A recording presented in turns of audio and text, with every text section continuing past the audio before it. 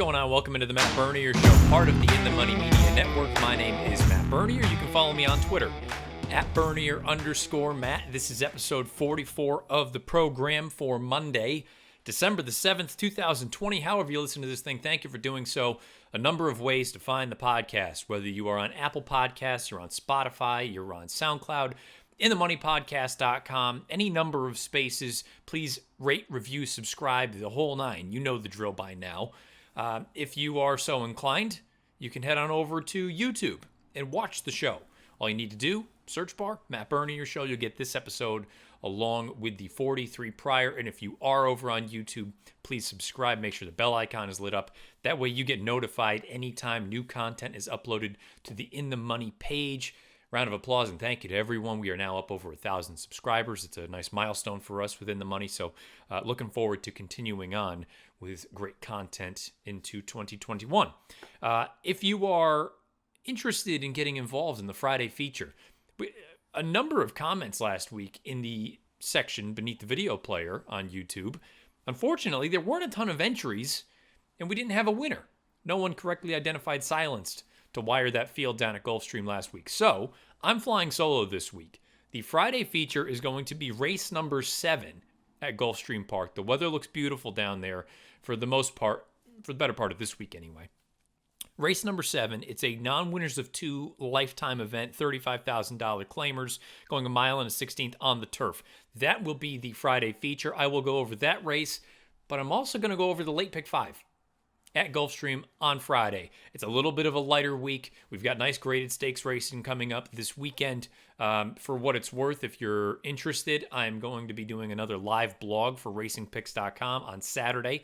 All Gulfstream, the entirety of the card, a number of graded stakes races. The Harlan's Holiday, I believe, is on Saturday afternoon. There are a couple other ones as well. So if you are interested, please head on over to racingpicks.com for that. And throughout the week, free content. What else could you possibly want? You don't have to pay a dime for any of this stuff. It's all free. You can find it over on racingpicks.com. But for this show today, we're going to go over the Friday feature, race 7 at Gulfstream, but we're also going to go over the entirety of the late pick 5. And just in general, I remember back with the other folks that I've done work with in the past, you got to put tickets out, whether it was with the Racing Forum, TVG, anybody else. I don't like to put out giant tickets because I have no idea what certain people's budgets are and aren't. So if I'm going to put a ticket out, I want it to be rather tight, recognizing that I'm probably leaving off a number of logical contenders, recognizing that a caveman ticket is far from the most efficient way of betting things. I can't hold your hand the whole way, though. All I do with this sort of thing is put out a bit of a template, recognizing that it may be way over your budget, but I try to keep it pretty tight. And for many of you, it'll be way under your budget, and you'll want to add 3, 4, 5 different horses in different races and put the tickets together in a little bit more of an efficient structure. That's fine. I just think this will be a fun sequence to go over because I think there's quality in the sequence, but I also think there are a couple of just complete wild card races that you could really get creative with. So starting with race 6 on Friday, we'll go over the late pick 5 on this program along with the Friday feature. And the Friday feature will actually probably just be pieced in with the entirety of that sequence. So we'll kick it off with race 6 in a little bit. Just a quick sort of look back on what we saw at Aqueduct this past weekend. The big performance from True Timber, a fun story. You know, Kendrick Carmouche, it's been well documented that was his first Grade 1 victory in the Cigar. An underrated rider, has been for a long time, especially in New York, especially on turf, and especially on the front end. He's one of the riders that is not afraid to go, make sure that they get the front end and go on with it. So good for him. The performer situation, he did not perform. He was away a little bit slowly. I just thought he was flat and dull. Disappointing effort there. Perhaps he's just not as good as I thought and maybe some other people thought. The horse that I liked in there, Mr. Buff, he is making it. If it wasn't abundantly clear to me before, it is abundantly clear now that he is just not capable of handling open graded stakes company. He belongs to the New York Breds. He can make hay, make a lot of money, and have some fun down there still. But as far as the open graded stakes types, just not in the cards for him. With the 2 other graded stakes that I at least was most interested in, the 2-year-old races, Mala thought the way that she won that race, and we can talk about both of them, the Demoiselle and the Remsen. And I'm not going to go too deep into this, but a dramatic time difference between the two. I think it was nearly 10 lengths. Don't quote me on that. You can find it in the chart somewhere. I saw Craig Milkowski tweeting with, I don't know if it was Chris Larmy or someone, about how it was a pretty straightforward day. Didn't feel like the track changed a massive amount one way or the other. And I haven't seen the figures that the horses have earned from Cigar Mile Saturday at Aqueduct. But it was one of those things where Malathaat in the Demoiselle, she did not look good at any point in the race. Down the backside, she's being asked, she's being given the stick a little bit, and she's just kind of sluggish and moving along. It looked for a moment as if Milfoy is going to blow the doors off this field, and then Malathaat tips out into the clear, and she's got that big stride, and she was able to gobble up ground late. I was going to tweet it, and then I pulled back. To me, it was either a matter of that race being filled with really subpar horses, Milfoy included, or it was actually a very promising performance from Malathaat, and the fact that, to me, and I believe I saw Todd Pletcher was quoted saying that maybe she showed a little bit more as far as seasoning was concerned. Being I don't want to say a wily veteran, because she's only run 3 times now. I interpreted it the other way, that she may not have appreciated the racetrack and that she was still on the green side, and for her to be able to overcome that is a feather in her cap. And I lean more toward that direction, despite the fact that the time is really hard to argue that it was slow. And it's going to be one of those instances where we need to see more racing from those horses to really get a good gauge. Because going into it, I thought Milfoy was a good horse. I thought Malathaat was a talented runner. I didn't think it was a bad group of 2-year-old fillies. Maybe we'll find out, in hindsight, that it was kind of a subpar group. But if I thought going into it that they were pretty good, and the top 2, who I thought were the top 2, put a distance between themselves and the rest of the field, maybe it was just a good race, and a horse like Malathaat is an incomplete project, but that to me at this point signifies that there may be bigger and better to come. So that's an intriguing piece. But if we're strictly talking comparing those 2 races on the clock, there is no 2 ways around it that Brooklyn Strong put in a massive performance in the Remsen. And again, I apologize. I don't know the speed figures. I haven't seen them. But I thought it was, not just because I liked the horse, I thought it was a really impressive performance. To go and run down a horse like 10 for 10, who was effectively loose on the front end. And I didn't love 10 for 10 going into it because I didn't love his run prior, despite the fact that it seemed like he was going to have a favorable setup. But those 2 were a mile clear of anybody else. So I think that was a good race. And despite the fact that the clock looked really bad for the Demoiselle, I kind of want to believe that it was a good race and that those 2 top fillies might actually still end up being something. But if you are strictly a time player and a clock player and a fig player, my guess is that it probably wasn't all that appealing. So a couple interesting things there. The Cigar Mile as a whole, I don't really have much else to say other than the fact that it was a poor performance from Performer, and congrats to True Timber for completing the trifecta in the past 3 years in the cigar. So those are my thoughts. Let me know what you think on Twitter at Bernier_Matt or beneath the video player on YouTube. Again, no winner of the Friday feature from last week. Need all the interaction and all the entrants that we can get. Leave your selection for the Friday feature beneath the video player on YouTube. You only get one. And again, it's race number 7 from Gulfstream on Friday afternoon this week. Before we get to that, though, we're going to go right in chronological order. I'm going to throw up some PPs, and we'll talk about some horses and the way that I've gone about approaching, anyway, this late pick 5 sequence. I think it's a really intriguing one at Gulfstream Park on Friday afternoon. Let's dive into some PPs. Again, we're going to be talking about the late pick 5 at Gulfstream on Friday afternoon, races 6 through 10. I think it's an interesting sort of sequence, and I'm not going to go through horse for horse, but I do think it's one of those, I think it's a good exercise to at least go through and explore different possibilities and maybe some horses that some folks would just immediately overlook. Or conversely, look, I'm guilty of it, and you're going to see it in this kickoff leg. It's a maiden 12-5 claimer, going 5.5 on the main track.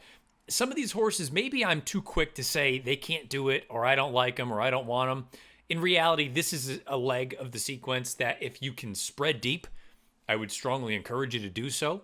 weight your opinion accordingly. If there's certain horses you like more than others, press them up a bit. But I just think this is a race where I wouldn't be surprised if bordering on anything happened, to be quite honest. Having said that, I have narrowed it down to the 4 horses that I'm most interested in.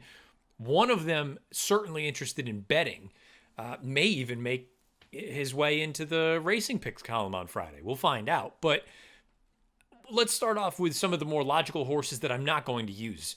You're all right, and you'll note these giant these giant numbers that I've stamped in.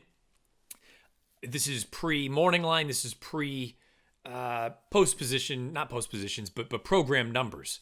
I don't believe any of these horses are coupled entries. If something changes, you're going to have to just adjust on the fly.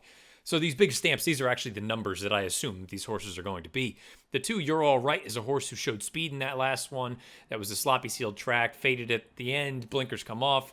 The trainer, not particularly strong with this move, past 5 years, first time blinkers off, 1 for 35. 12 in the money, though, 60-cent ROI. So the 12 times hitting the board from the 35 starts, perhaps the 1 for 35 is just purely unlucky. But I'm not going to use this horse. This Antonio Sano runner, Con Permiso, again, 0 for 8. Horse has a little bit of speed, which I think is very, very important in these type of races.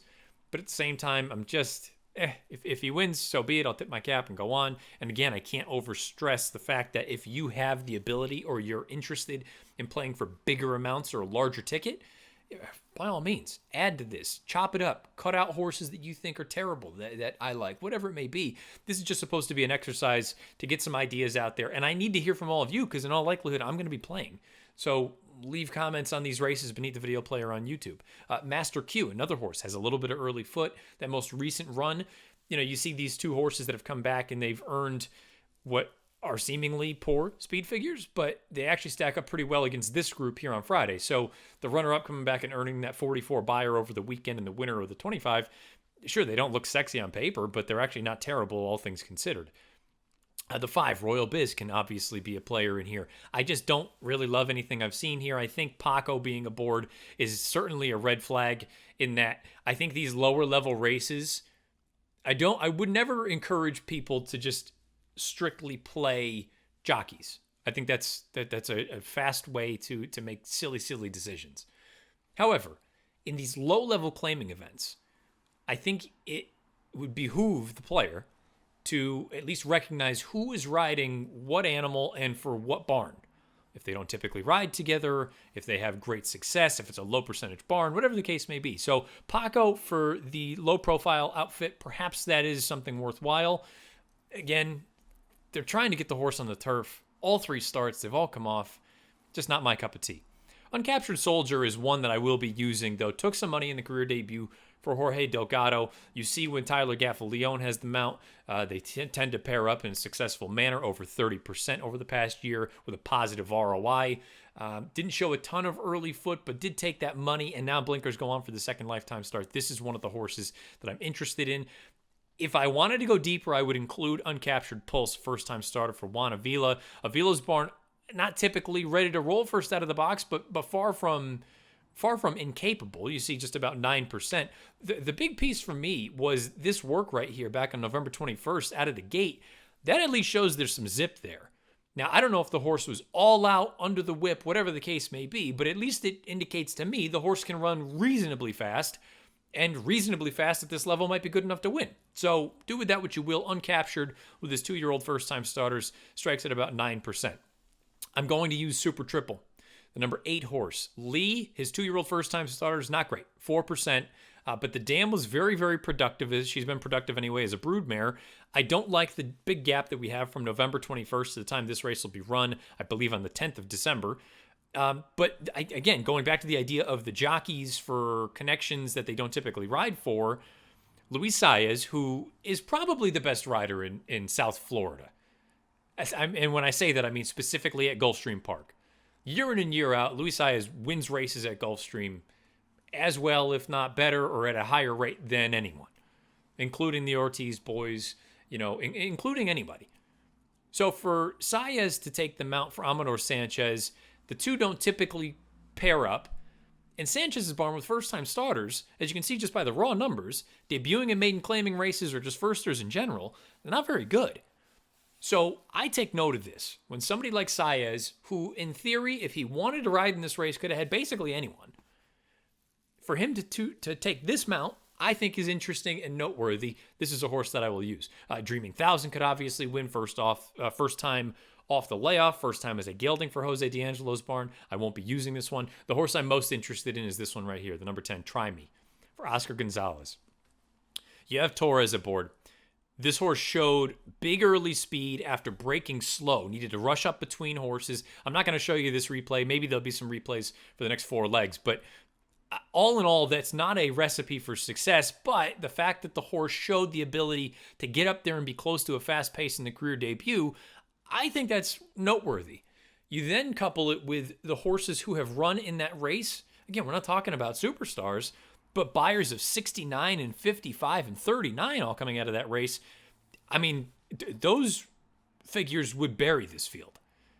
And then you take a trainer like Oscar Gonzalez and you throw in a little statistic like the one I have listed at the bottom of the page. Past 3 years, sprinters, second-time starters, and maiden claiming events, 4 for 19, 9 in the money with a $9 ROI.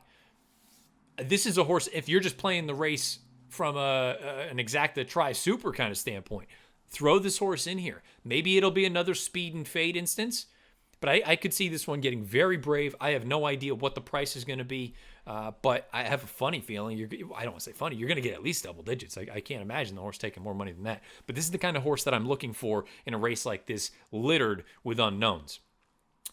This is another horse I'm going to use. Fratelli AA. Goes out for Antonio Sano's barn. Sano's barn is off to a good start down at the Gulfstream Championship meet. Edgar Zayas rode this horse in the career debut. He has moved to the other Sano horse, who I don't love. It doesn't really bother me that Montalvo is the rider that is listed here. The big piece for me, this horse took money in the career debut, bet down to 7-2, almost 4-1. Gets out of the gate in a sluggish manner for a trainer who is 5% with his first-time starters. So for the horse to get bet the way that he did, for a trainer who does not typically have them cranked up and ready to go, that to me is a positive sign. You also now take a look and see over the past 5 months with dirt sprinters in their second lifetime start at the maiden claiming level, 3 for 15, 8 in the money with a 354 ROI. I think Fratelli AA is that kind of horse who could offer double-digit odds perhaps, or somewhere in the high single range, and maybe that's enough to sort of slip through the cracks. People are looking at some of the other things, and this horse ends up getting through. And you obviously on the outside, you've got the other Sanchez horse. I can't overstate it enough. If you want to go deep in this race, or I shouldn't say that, if you're interested in playing a large ticket, or even if you are going to weight things and you're going to use more than the 4 horses that I've suggested, or that I will be using, I would strongly encourage that. You got to narrow it down somewhere, at least in my opinion you do. I'm going 6, 8, 10, 11. In the opening leg of the pick 5 on Friday afternoon. Let's move on to race number 7. It's the second leg of the late pick 5. It's also the Friday feature. Let's get to the Friday feature. Again, this is the second leg of the late pick 5, race number 7 at Gulfstream, $35,000 claimers. Non-winners of 2 lifetime, going 8.5 furlongs on the grass. If you want to be on the show next Monday, you need to leave your selection for this race beneath the video player on YouTube. I won't take it on Twitter. I won't take it in an email. It's got to be beneath the video player on YouTube. You get 1 pick. If you identify the winner, I will contact you and we will make something happen next Monday on this show. Now, I think this is a pretty decent race. You can go a few different ways because I don't think there are any superstars in here. There are no world beaters. So you need to make a call on how deep you want to go and with which horses. I kind of narrowed it down to 4 horses that I liked, and you can see at the top of the page here, I only have 2 listed, and it's just the decision that I'm going to make, win, lose, or draw. I'm only going to use 2 horses of the 4 that I actually like. Kitten's Finest is a horse for Jeremiah O'Dwyer, stretching back out in distance, getting back to the turf. 1 for 16 lifetime, a couple of runner-up finishes. Not coming in the best form, but to be fair, in many of the more recent turf runs has been taking on allowance company, so maybe this is what this horse needs. You're probably going to get a good number. I haven't seen any real progression throughout this one's career. You see a number of high 60 sort of buyer speed figures. That might be good enough to get it done. I'm a little bit dubious. This is a horse that I'm going to fade. Move on to the number 2. This is Jimmy's Smoked Carrot for Jose D'Angelo. Now, we haven't seen this horse since the middle of February earlier this year. Went out for Chad Brown in the career debut, bet down to odds of 9 to 10. I thought went off and won rather impressively, all things considered. Didn't beat a great field, needs to be acknowledged. But you see Luis Saez aboard for D'Angelo. They team up and they usually do quite well. You also factor in that D'Angelo, with this little stat here, past year, first after the trainer switch, 5 for 9 with a 346 ROI. I think this horse makes a lot of sense. As you can see, based on my value line, I assigned 3 to 1 odds on Jimmy's Smoked Carrot. I would consider a win wager on this horse at 3 to 1 or better. This is one of the 2 that I will use on my pick 5 ticket. Wouldn't be surprised at all if this one comes back ready to go. It must be said, though, from a number standpoint, the horse is not fast enough to run with some of these other horses. I'm more interested in the potential for upside here with this horse as opposed to some of the other runners where I kind of know what they are at this stage in their career. But it is something you need to factor in, that you could, in theory, be betting on a horse that is not nearly fast enough to win in a spot like this. Hasn't proven that yet anyway. It's also worth noting you've got a number of starts and stops as far as the workout tab is concerned. This is the big one for me. You take a look at this stop between October 18th and November 24th. That is a lengthy gap. So she's coming into this race with one work under her belt. I'm still going to put my faith in the Saez D'Angelo combo. Jimmy Smoked Carrot, the number 2. The number 3, Depura Sangre. I don't know if that's pronounced correctly, but this is a horse who, despite the issues getting onto the turf, I mean, this is a horse who was supposed to have started 4 consecutive times on the grass and has only successfully gotten out there once. The turf tries, I haven't been overwhelmed by. You did break the maiden back in March here, going 5 furlongs. I don't know that the added ground's necessarily going to be to this one's benefit. I don't want this horse. The number 4, Wicked Mercury, is a tepid use for me. For Jane Sibeli and Paco Lopez. The Sibeli barn's off to a little bit of a slow start down in South Florida, which is a bit uncharacteristic. I'm sure things will come around. The field that this one defeated in the most recent start, I think, was weak. Let's say subpar at best, weak at worst. It is something, though, to keep in the back of your mind that the speed figures are plenty fast enough to win in this field. This is a horse who has hinted at ability throughout her career. And while this doesn't necessarily apply to this race on Friday, this is one of my favorite moves right here. You see that the filly broke her maiden in the maiden special weight ranks. This coming after a maiden claiming race. And you see the odds difference. Horse was even money in a 40 maiden claimer. Went up to a maiden special weight, won the race at almost 17 to 1. You have to factor in, when you see that sort of move, A, the connections know that they like what they've got. Put it that way.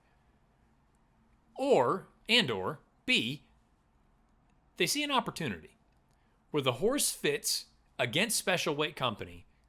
You're going to get a much, much better price. And I don't know these people. I've never met any of them. But I'm going to guess they made a nice little score at 16 to 1 that day at Monmouth Park. So, again, you always need to think like the connections. Why is this horse here? And for that most recent start, moving up to the maiden special weight, they had to think that they had a chance. Otherwise, why would you step up in class? And I don't believe that there wasn't another maiden claimer available for the horse. And this was on the heels of a solid second place finish in that maiden claimer 2 starts back. Anyway, back to this race here. Another one with starts and stops on the workout tab. Don't love to see that, but that's what you're going to get at this N2L condition. This one fits in here very well. It's just a matter of what are we going to get off this layoff for a barn that, again, out of the gates is a little bit on the sluggish side for what they're accustomed to doing. Sunset Promise was a tough call for me. This is, I guess, if you wanted to go based on the odds that I've assigned my 3rd pick in here. Goes out for Maker's Barn, second off the bench, coming out of a Keeneland effort where the horse just ran evenly throughout. The 3rd place finisher came back with a 76 buyer. I wouldn't be stunned at all if this horse took a step forward, getting into condition claiming company for the first time. But in all likelihood, I think the horse gets overbet, and that was enough to turn me off, and I don't see a ton of progression here thus far for this filly. Doesn't mean she can't win, but I think she probably goes off at a depressed price, a price that doesn't really do anything for me. Therefore, I'm going to play against her in the pick, knowing that, again, I'm playing a tight little ticket. I'm not going too crazy with it. And from a win standpoint, I made her 9-2, and I don't think she goes off at that price. So for me, she would in all likelihood be a pass. We move on. The number 6 horse, Trish the Dish. The other horse that I made a contender at 6-1 on the line, goes out for Brian Lynch. My big concern, the class relief should go a long way. This horse has speed figures fast enough to win, can rally from off the pace. We've seen there are plenty of positives. My concern is, I could be wrong, but I think this horse really appreciates added ground. And I'm going to be curious about the mile and a 16th distance. She's done some of her better work out at a mile and an eighth, a mile and a quarter, a mile and 3/8 in that most recent run. I'm not totally convinced that the shorter distance is going to be to her advantage, whereas with some of the other girls in here, that's really going to be what makes or breaks them. So Trish the Dish could win. I'm not going to use in my pick 5, but wouldn't be a stunner at all on the class drop if she got the job done. We move on down, if my computer would keep up the pace. You can see we're getting a little bit boggy. Gypsy Wife, number 7 horse in here. An interesting enough horse. Given the connection change, we're moving over to Louis Carvajal Jr.'s barn. First time on the grass, looking at Lucky as a sire, about 13% with his turf routers. The Dam was very successful on grass in 28 lifetime starts, 7 times a winner, 4 times second or third. But boy, the Carvajal barn doesn't excel with this move. Past 5 years, dirt to turf and route races, 1 for 36, only 3 in the money with a 52-cent ROI. That was enough to turn me off. But if you don't like anything else that you have seen, as far as, I don't want to say proven, but exposed on the grass, this is probably your cup of tea, because she's completely unexposed and we have no idea. Maybe she's going to love it. But just based on that raw number, I don't particularly love that. And the last horse in the field is Mercy Mercy for Bob Hess Jr. 0 for 8 lifetime on grass, 4 times settling for a minor award. The recent form coming into this is kind of few and far between. I mean, we have 4 races in the past year and a half, effectively. We've going to be making the second start off of a lengthy layoff. The only victory came at a mile and a quarter in a race that was washed off the turf at Belmont Park. I'm not convinced that this horse is good enough to win at this level on turf anyway, but you should get a decent number if you do like this runner. That's the field for the Friday feature, race number 7 at Gulfstream. This is a non-winners of 2 lifetime. I'm using the 2 and the 4 when it comes to the pick 5. If you want to be involved in the Friday feature and you want to be on next Monday talking about next week's race, you need to leave your selection beneath the video player on YouTube. If you've never done it before, but you've thought about it, I highly encourage you to try it out. Come aboard, have some fun, we'll chop it up, just shoot the breeze for a bit. Don't worry about being right or wrong, but offer your opinion and we'll just kind of, riff a little bit. I think it's a nice, fun exercise. I look forward to it every week, but we need that interaction and we need people entering. So make your selection for race number 7 at Gulfstream beneath the video player on YouTube. If you are correct, I will contact you and we will arrange something for next week. That is this week's Friday feature, the second leg of the pick 5. Let's move on to the third leg.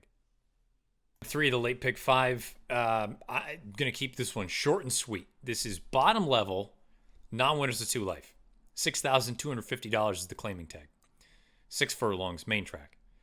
There are 2 connections in here, 2 sets of connections, who have, I'm going to call them absurdly high strike rates with certain things. Absurdly high. And that's that. And they're the only 2 horses I'm going to use in here. Right, wrong, indifferent. It is what it is. Going down to the inside with Starship Blanca for an outfit who strikes at 45%. The jockey-trainer combo, 88% with a 9+ ROI. Wins at almost 40% on dirt. The horse in the most recent start, I understand it was a sloppy sealed track, but the runner-up, Legata Negra, she came back and won next out with a 54 buyer. So the form is holding up. That's all I have to say about Starship Blanca. The other horse that I will use is the outside runner, if the, again, computer will cooperate with me. A horse who, from a speed figure standpoint, really not all that fast compared to the other horses in here. But, again, we're dealing with an outfit that wins at a high percentage. Maybe not as high as some other times in the past, but there is a stat that I will show you that would lead one to believe this horse is going to run. Broke the maiden most recently for the Barbosa barn. The 6th and 7th place finishers were next out winners with Beyers of 48 and 59. The 3rd place finisher came back and earned a 49. So if anything, that fig has been flattered and sort of at least justified. So I would expect somewhere in the high 40, low 50 range from a Beyer speed figure standpoint. And speaking of the large, gaudy statistics, past 2 years, dirt, maiden winner last out, this barn, 7 for 12 with a 309 ROI over the past year with the same sort of criteria, 4 for 5 with a 452 ROI. You know what? It is what it is. I mean, you just look at some of these races, and the only other horses that I could see perhaps being interesting are the horses that you think could potentially clear to the front.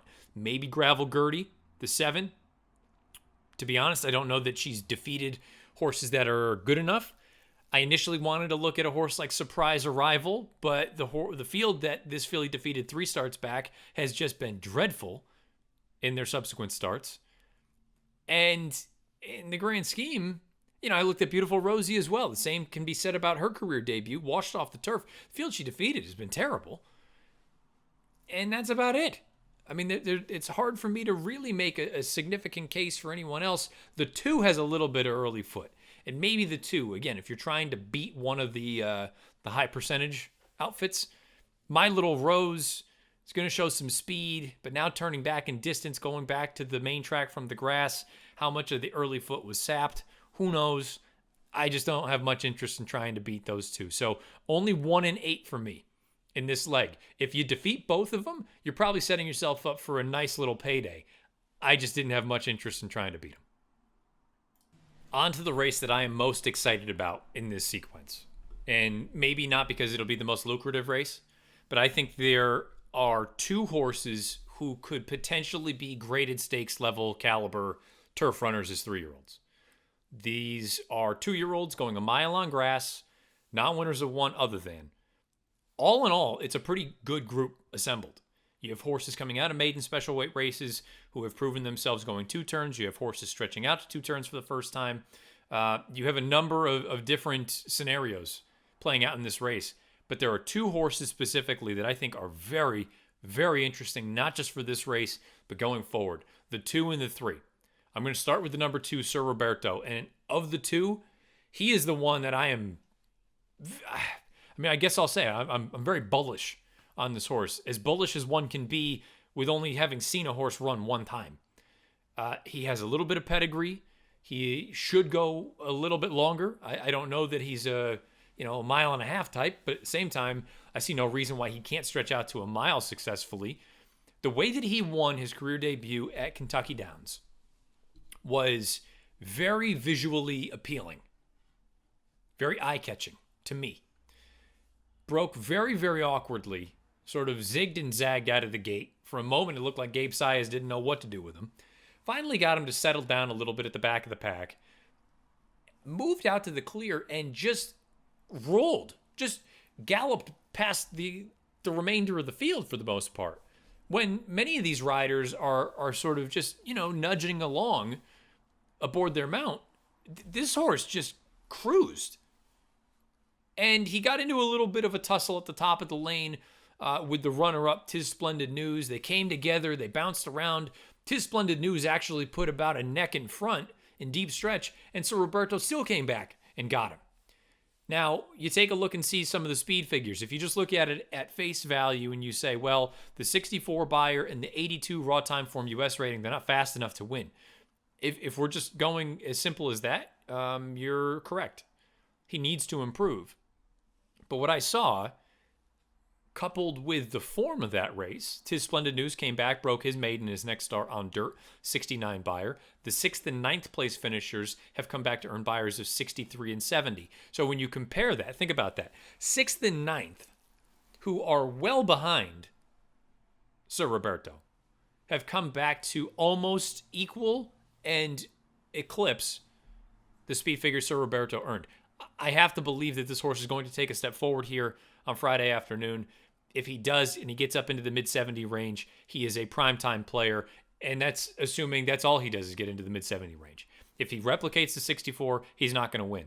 But I just was really taken by the tape on this horse. If you can find it, if you use a streaming service, go pull up that race from Kentucky Downs on September 16th. I was really, really impressed with the effort from Sir Roberto. He would be my pick in here. But I also would use the number 3 Risk Manager from Mike Maker and Tyler Gaffalione. This was another visually very appealing performance from a first-time starter down at Keeneland on October 16th. Horse, granted, kind of tripped out. You had a couple horses out in front of him that were more or less throwing it down. This horse was saving every inch of ground throughout. Eventually, when Tyler told him to go, it takes him a moment. He takes over the lead, and not only does he take over the lead, but he finishes as strong as he did when he was finding his stride. So he's the kind of horse that I look at and say it feels like he'll run all day.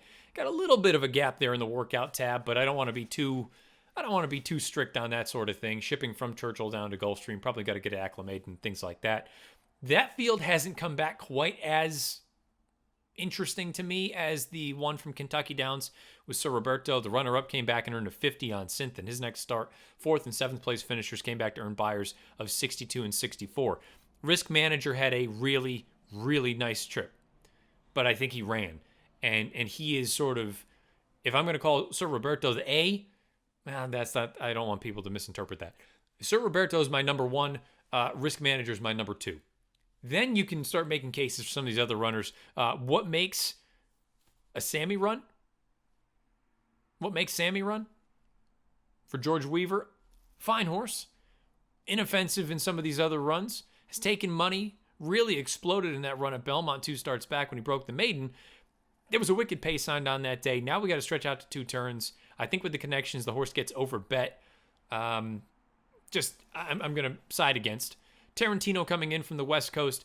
I guess it's kind of a positive that this horse ran as well as he did for Baffert, because Baffert, for all intents and purposes, this isn't meant to be rude, he's not a good turf trainer. So for the horse to run as well as he did on grass in Baffert's barn, that's saying something. Now gets to Rudolph Brisset's barn. We'll find out what we get here. I don't love the 2-year-olds in Southern California on turf right now, but that doesn't mean that they can't turn into something. And this horse now coming into South Florida, maybe he takes a step forward. I'd be remiss if I didn't mention the inside runner, who was $1,000,000 in his career debut, Major Frontier. Now you get Paco aboard. Had a big pace to run at. There's no two ways around it. A little bit green with the lead change, but finished really well. Going to get a fraction of the 73-1. I just like the other 2 horses drawn to his outside better than he. Doesn't mean that he can't run very well and perform well. The 6 was the one that I had a really difficult time making a case for. Halcyon Digest. I get it. 1 for 1 on grass. Went right to the front. There's going to be more speed that he's going to have to deal with early on here. And then not only does he need to deal with the speed, he's got to hold off the closers. Just not for me in a spot like this. And then Mr. Leonardo is another horse too. Very similar to the inside runner. Got to the turf and really woke up in a big way in that most recent start, granted against open $25,000 maiden, not maiden claimers, open claimers. The finish was tremendous. The race was run in a downpour. It's not noted in the PPs clearly, but it was a significant rainstorm that they ran the race in. But all things considered, it was a really nice effort. The problem is he's going to need to now do that against much better, much more promising company, I believe. Doesn't mean that he can't do it, but just make sure if you like him, you're going to get paid. And if you use him and he hits in this race for the pick 5, you could be looking at a nice little pretty penny here. I'm only going 2 deep in here, the 2 and the 3. I like Sir Roberto a lot. I don't know what kind of price he's going to be. He might be vying for favoritism, but I'm quite bullish on this horse. The 2 and the 3 for me, Sir Roberto and Risk Management in race 9 at Gulfstream on Friday. Hopefully we're alive. We can get to the payoff leg. Payoff leg of everything. It's the nightcap on Friday. Non-winners of one other than optional $25,000 claimers going 5/8 on the turf. You need to make a decision because there is one elephant in the room in this race, and it's the number 5, Pay Any Price. If Pay Any Price comes back and runs as well as he has throughout his career, simply put, I don't know anybody can beat him. But fact of the matter is he's 10 years old and we haven't seen him since July 5th. And how is he going to come back off of a rather lengthy layoff at this point in his career? The field he defeated was very solid. The runner-up came back and earned a 95 buyer. The 3rd place finisher came back and won next out with a 94 on dirt. The 5th place finisher an 89. This horse is the class of the race. There's no ifs, ands, or buts about it. He's in for the 25 tag. I'm sure some people will look at that and go, oh, that's weird. Not really. I mean, he's 10. He doesn't owe the connections anything at this point. And realistically, you got to make a call at some point and say, if he gets through and nobody takes him, I'm sure they move on to some sort of a turf stake somewhere. And if he gets taken, he gets taken. And you wish him the best of luck with his new connections. He's rock solid. His speed is exceptional, but that's his game, his speed. And if somebody really wants to go with him early, they could compromise their own chances, but that could be the scenario where off the layoff, the old boy starts to feel it a little bit, and maybe it leaves the door open for someone else. I had a difficult time. I guess you could look to the inside with the number 1 horse. Is it Quirky or Quarky? Again, the computer is just lollygagging on a Monday. Quarky. Maybe this horse who could sit a little bit off and commence a bid. But I mean, when you really go through and look at the PPs, this is a horse who wants to be prominent part of the pace and is going to be taking on tougher. I couldn't really see the case for Quarky. You do get Size aboard though. Cryogenic here. Consistent horse. The N1X level has been difficult for this one. Won at the N1X level against Florida breds. The Open N1X, different ballgame. It's amazing what that move from state bred to Open can do. Saw it last weekend with Mr. Buff. We've seen it a million times with Mr. Buff, as a matter of fact. And I fell for it still. Neither here nor there. Kobe 52, has run some decent turf sprints. Not nearly fast enough, at least right now, to be able to keep up with the Pay Any Price or any of these other top turf runners. 7 Gems. Simply put, not convinced this one is fast enough or classy enough. Has a couple of figs on the page. That run on January 4th of 2020 is reasonably close to fast enough, and from a running style standpoint, could sit off of a potential duel. But I don't know that I need to find out. I guess price is your guide, but in a multi-race sequence, there's not enough there to entice me to take a shot and add the horse as a deep backup. Last opportunity for Pletcher. Maybe, but to date, there aren't figs that are fast enough to win. That would be just, at that point, I would just be hoping that second time going out for Todd's Barn would be enough to get it done. I'm not convinced it is. Mr. Tip, maybe is a first time gelding, but the turf sprint so far, this is a horse who's going to be rallying from off of it. Will get the pace that he needs, I'm sure, but I'm not convinced he's good enough right now.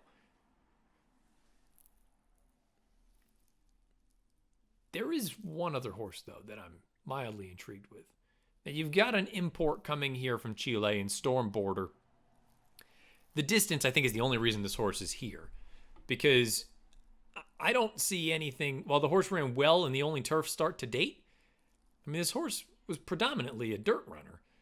So maybe this is just one trip, shake the rust off, get him back to the main track. We don't really run 5 furlong dirt races too often. Maybe he doesn't run if it doesn't get washed off, that sort of thing. He's not for me, but again, a wild card if you're just looking for a total unknown, total stranger. Coffee Bean for the De La Cerda barn, he really ran quite well in that Florida bred N1X back at the end of April, but that was in a deluge. And on grass, I don't know that he's capable of reproducing that and at this 5 furlong distance. The horse who I'm going to also use with Pay Any Price, on the off chance that he is something on the grass, and by his pedigree, he's got a big chance, and by his connections, he's got a big chance, is Cash Now, the 10. Jaramillo takes the mount here. This is a horse who right now, make it abundantly clear, he's not fast enough. But he's never tried the grass before. They tried to get him on the turf in his second lifetime start. He went out there, put the boots to a maiden $32,000 claiming field at Indiana Grand over the summer. You look at the pedigree, hard spun, 14% with his turf sprinters. The dam is a significant turf influence. There are multiple turf stakes winners on the dam side, multiple turf sprint winners on the dam side. You add that to the Brad Cox barn, past 4 years, dirt to turf, winner last out in sprint races, 4 for 11, 7 in the money with the 267 ROI. I don't know if this horse is going to be stunned when he sees the speed of a horse like Pay Any Price or not. But he's the only one that I was mildly intrigued with taking a shot against the big fella with. You got a couple horses to the outside. Vinny Van Gogh, I don't think is fast enough. I know he's only tried turf one time. He's another, I guess, an X factor, but he just didn't do it for me. Shared legacy, I suppose you can make a case for. Draw a line through the run of Keeneland. It was supposed to be on the turf. He has figs that are solid in his recent past performances, but the company that he took on to earn those figs is a far cry from the likes of Pay Any Price. I'm not convinced he's good enough to get the job done, but perhaps he works out a trip here from the outside. So I'm only using 2. I'm using Cash Now, the 10, and I'm using the old man. I'm using the 10-year-old, Pay Any Price. The layoff, I guess it could be a little bit of an unknown, but I think he just might be better than these horses at this point in his career. 5-10 for me in the payoff leg on Friday at Gulfstream Park. The payoff leg for everything. The pick 6, the pick 5, the pick 4, the pick 3. If you enjoyed this and you have other opinions, you think I totally glossed over a horse in this sequence, you think I'm using too many, there's a horse in here that I've used that I should be pressing harder, let me know beneath the video player on YouTube or on Twitter at Bernier_Matt. If you want to be involved in the Friday feature, again, race number 7, that non-2L, going a mile and a 16th on the turf. Leave your selection beneath the video player on YouTube. I'll contact you if you're right. We'll set something up for next Monday's show. Housekeeping-wise, next Monday's show will look pretty normal. Then the following Monday, and perhaps then the following Monday, things could get a little bit weird. There may or may not be video. There will be audio. I have no idea how long the pods will be because I will be in the midst of a move. So we'll get to that more, and eventually when the video comes back, it will look a little bit different than what you're accustomed to seeing here. So anyway, that's just to get that on your radar. All of these pods, all the In the Money media, please rate, review, and subscribe. If you're on Apple Podcasts, Spotify, InTheMoneyPodcast.com, SoundCloud, however you listen. If you're over on YouTube and you watch this show or any of the other shows that are loaded to the In the Money channel, please subscribe, make sure the bell icon is lit up, give us a thumbs up, a thumbs down, whatever it may be, and leave a comment, even if it's just saying hello, beneath the video player on YouTube. It's greatly appreciated, and please follow me over on Twitter at Bernier_Matt. Thank you to producer Craig Gorbanoff. Wanted to change it up a little bit. I didn't love the way the audio was starting to sound, so he's allowing me to get a little bit more creative and try to splice some things together to make the audio sound a little bit better. And again, once the new setup is set up, things will be a little bit different as well. But hats off to producer Craig, continuing to do the good work. I will be back next Monday. Good luck this week and this weekend. And don't forget, racingpicks.com, and Saturday I'll be blogging live all day. The Gulfstream Park card, plenty of graded stakes action. Until then, best of luck however you play, whatever you play, wherever you play. This has been episode 44 of The Matt Bernier Show.